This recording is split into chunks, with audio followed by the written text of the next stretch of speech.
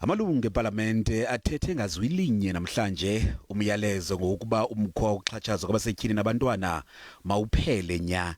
Amanye amaqela afana ne-EFF afuna ukuba umthetho uqine xa kusizwa kumba webheyili. President Ramaphosa promised that the cabinet would introduce a legislative amendment to ensure, among other things, that there is no bail for perpetrators of gender-based violence and that the sentences to these offences are tightened. Up to this day, no amendments from the cabinet to the legislation have been introduced. Ukonyamelo lwamadoda kwabasetyhini kuchazwe njengolunye uhlobo lwengcinezelo. Violence in all its forms is endemic in South African society. Both sexual and domestic violence are pervasive, and all women live under threat of or experience violence. Patriarchy must be uprooted. Women are giving up because it seems that there is no use in reporting GBV. Men need to listen to us.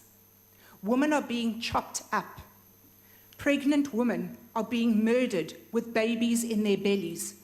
Amadoda eParlamente ahlaba ikhwelo koogxa babo ukuba batshintshe. The problem is bigger than just looking at legislation and policy. We need to change the way society thinks. The call to men to rise has been made so many times and it has fallen on deaf ears. Women must be empowered to defend themselves. Abanye bathi ixesha lokuthetha liphelile. We always shall come here each and every time, rise and repeat the same thing, clap hands and go away. But there is no implementation right from ourselves. Umphathiswa wabasetyhini nabantwana uthi kwanele. This thing is no longer a joke. It must end now with the support from government and society.